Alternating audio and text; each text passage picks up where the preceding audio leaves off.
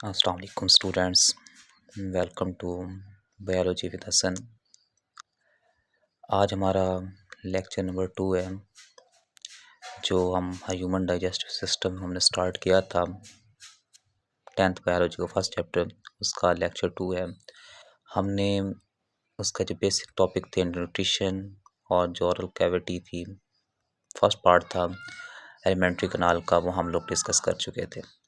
Next हम लोगों ने जो सेकंड पार्ट है वो डिस्कस करना है, वो है फेरिंक्स एंड एसोफेगस। फेरिंक्स क्या है ये आप लोग यहाँ भी पढ़ोगे, रेस्पिरेटरी सिस्टम में भी पढ़ोगे।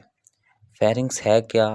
ये डुअल इन कैरेक्टर है कि इसके दो काम हैं।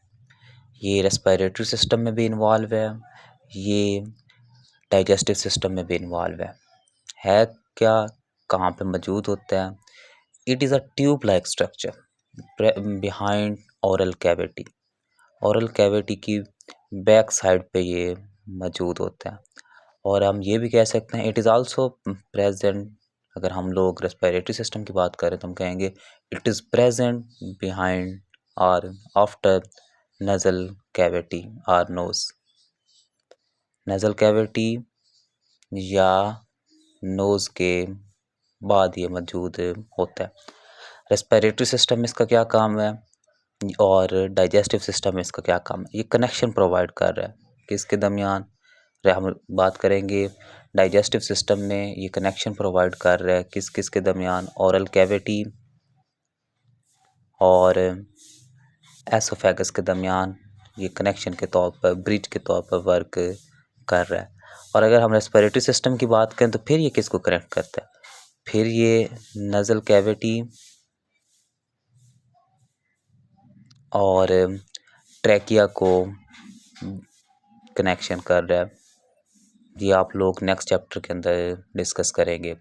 फेरिंक्स तो मैंने पहले बताया कि डुअल इन कैरेक्टर है, ट्यूब लाइक स्ट्रक्चर है, कहाँ पे प्रेजेंट है?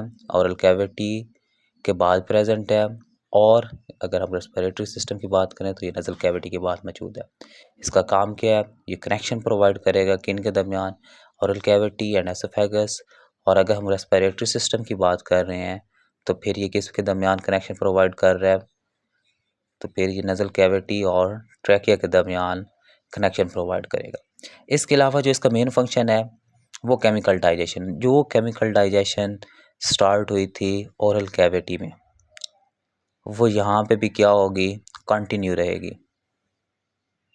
ये नहीं है कि आपने ओरल कैविटी में स्टार्ट हुई, वहाँ स्वेलिंग हुई और ये यहाँ पे आके केमिकल डाइजेशन स्टॉप हो। यहाँ पे भी केमिकल डाइजेशन चलती रहेगी, लेकिन ये जस्ट पाथवे के तौर पर वर्क करता है। जो इसका मेन फंक्शन है, ये तो केमिकल डाइजेशन स्टार्ट हुई है ओरल कैविटी से और वो चल रही है, कंटिन्यू है, वो आगे स्टमक तक कंटिन्यू रहेगी। वहाँ पे आगे वर्किंग होगी एंजाइम्स वगैरह की, वो नेक्स्ट टॉपिक में हम डिस्कस करते हैं। लेकिन यहाँ पे इसका काम क्या है? ये ट्यूब लाइक स्ट्रक्चर है जो ओरल कैविटी के बैक साइड पे मौजूद है और क्या काम कर रहा है? जो डाइजेशन है उसको कंटिन्यू रखा हुआ है। इसके अलावा जो इसका मेन फंक्शन है वो है प्रिवेंशन। किस चीज़ की प्रिवेंशन? कि फूड को इंटर नहीं होने देना। कहाँ? ट्रैकिया में। क्योंकि ट्रैकिया के अंदर अगर फूड चली गई तो वो आपका रेस्पिरेटरी सिस्टम क्या हो जाएगा? डिस्टर्ब हो जाएगा। और उसको ये क्या करता है? प्रिवेंट करता है कि फूड वहाँ ना जाए। क्योंकि दो पाथवे हैं तो कहीं भी जा सकती है फूड। तो कुदरत ने हमारे अंदर निज़ाम रखा है कि फेरिंक्स क्या है, उसे प्रोटेक्शन करता है, प्रिवेंशन करता है। कैसे करता है? हाउ प्रिवेंशन अकर? तो एपिग्लॉटिस मौजूद है ट्रैकिया के ऊपर। Epiglottis present on the opening of trachea. Trachea की जो ओपनिंग है उसके ऊपर क्या मौजूद है? एपिग्लॉटिस। एपिग्लॉटिस क्या होता है? ये कवरिंग है। एपिग्लॉटिस क्या है? कवरिंग है। किसकी? ट्रैकिया की। और जब फूड ने पास होना होता है तो ये क्या हो जाती है? कवरिंग क्लोज होती है। कैसे क्लोज होती है? जो हमारा विंड पाइप है वो अपवर्ड मूव करता है। ट्रैकिया क्या करता है? पुश करता है खुद को अगेंस्ट एपिग्लॉटिस। अपवर्ड कह लें या अगेंस्ट एपिग्लॉटिस कह लें, तो जब अपवर्ड मूव करेगा तो वो क्या हो जाएगा, क्लोज हो जाएगी, और जो फूड है वो इजीली पास होके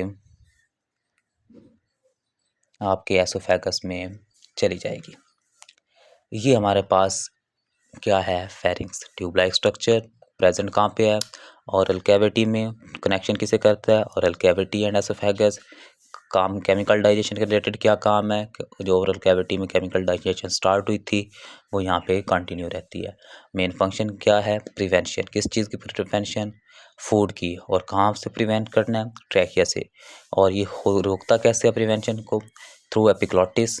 वो एपिग्लॉटिस मौजूद कहाँ पे है, on the opening of trachea.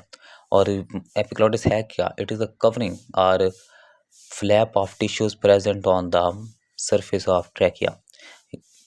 ये इसकी डेफिनेशन भी है। वो कवरिंग कैसे करता है, उसे क्लोज कर देता है। क्लोज कैसे करता है, अपवर्ड मूवमेंट किसकी होती है, ट्रैकिया की।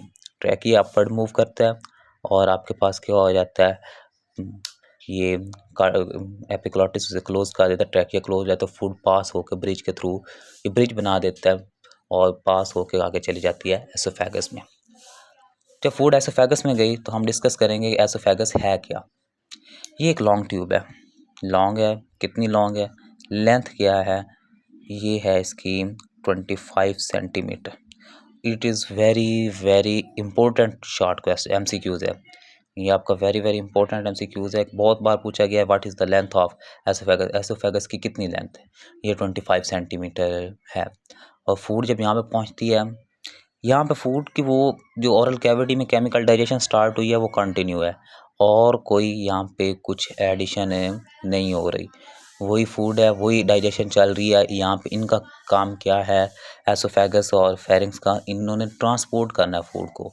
कोई नई चीज़ इसमें ऐड करके कोई केमिकल डाइजेशन या मैकेनिकल डाइजेशन में कोई वर्किंग नहीं है। जस्ट और जस्ट ये मूव करवा रहे हैं कि जो फूड आ रही है उसको स्टमक तक पहुँचाना है। इसके अलावा इनका कोई काम नहीं है। तो ये क्या करना है, ये कनेक्शन किसके दरमियान करता है, it connect pharynx and stomach. ये स्टोमक और फेरिंग्स के दरमियान क्या करता है, एसोफेगस कनेक्शन करता है। डाइजेशन क्या है, नो एक्टिवली इन्वॉल्व्ड। डाइजेशन के अंदर ये एक्टिवली इन्वॉल्व्ड नहीं है। तो फिर काम क्या है इसका, फंक्शन क्या है, हमारी बॉडी में ज़रूरत क्यों है इसकी। मैंने बताया कि ये क्या करता है, ट्रांसपोर्ट करता है। किस चीज़ को ट्रांसपोर्ट कर रहा है, फूड को।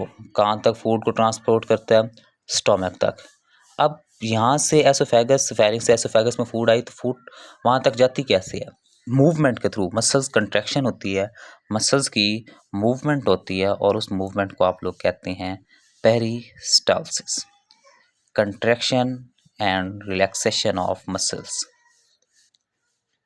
क्योंकि जो एसोफेगस है ये मस्कुलर है। Contraction and relaxation of muscular walls, जो इसकी मस्कुलर वाल्स हैं एसोफेगस की, उनकी जो कंट्रैक्शन है और रिलैक्सेशन है, उसकी जो मूवमेंट है उस और ये वेव्स के थ्रू होगी। मतलब एक पार्ट इसका कंट्रैक्ट हुआ है, दूसरा रिलैक्स हो जाएगा, दूसरा रिलैक्स हुआ है, थर्ड पार्ट इसका क्या हो जाएगा, कंट्रैक्ट हो जाएगा। इस जो कंट्रैक्शन और रिलैक्सेशन की मूवमेंट है, इसे आप लोग क्या कहते हैं, पेरिस्टालसिस। और अगर ये पेरिस्टालसिस उलट हो जाए तो उसे आप लोग क्या कहेंगे, एंटी पेरिस्टालसिस। और आपकी फूड क्या आनी शुरू हो जाएगी, बैक आनी शुरू हो जाएगी। कहाँ पे, माउथ में या फेरिंग्स में। जब आपको वोमिटिंग स्टार्ट होती है तब आपकी एंटी पेरिस्टालसिस होती है। होती यही है कंट्रैक्शन एंड रिलैक्सेशन, लेकिन बैकवर्ड हो जाती है। आपकी स्टोमक से फूड वापस की तरह आना शुरू हो जाती है फेरिंग्स में, और फेरिंग्स से ओरल कैविटी। मतलब कि क्यों आती है वो अलग चीज़ है, लेकिन हमने सिर्फ यहाँ मूवमेंट के रिलेटेड कह रहे हैं कि जब मूवमेंट उलट हो जाएगी तो वो क्या हो जाएगी, एंटी पेरिस्टालसिस हो जाएगी। एसोफेगस भी होपफुली आपको क्लियर हो गया होगा। लॉन्ग ट्यूब है, लेंथ कितनी है इसकी, 25 centimetre. Very very important MCQs.